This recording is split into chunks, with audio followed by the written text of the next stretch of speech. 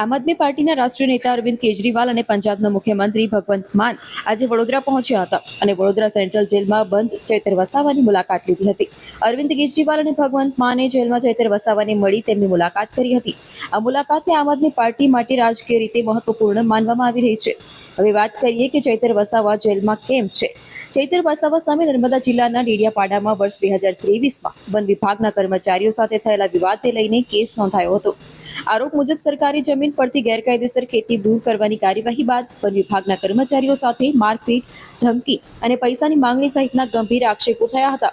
આ કેસમાં લાંબી કાનૂની કાર્યવાહી બાદ જૂન 2026માં રાજપીપળા સેશન્સ કોર્ટે ચૈતર વસાવા, તેમની પત્ની સહિત કુલ 9 આરોપીઓને દોષિત ઠેરવ્યા હતા.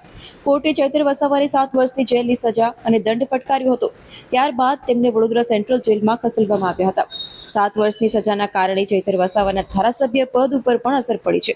સજા 2 વર્ષથી વધુ હોવાને કારણે કાયદાકીય જોગવાઈઓ હેઠળ તેમની ધારાસભ્ય તરીકેની લાયકાત રદ થઈ છે. આ દરમિયાન હવે અરવિંદ કેજરીવાલ અને ભગવંત માનની વડોદરા સેન્ટ્રલ જેલની મુલાકાતે રાજકીય ચર્ચાને વધુ વેગ આપ્યો છે.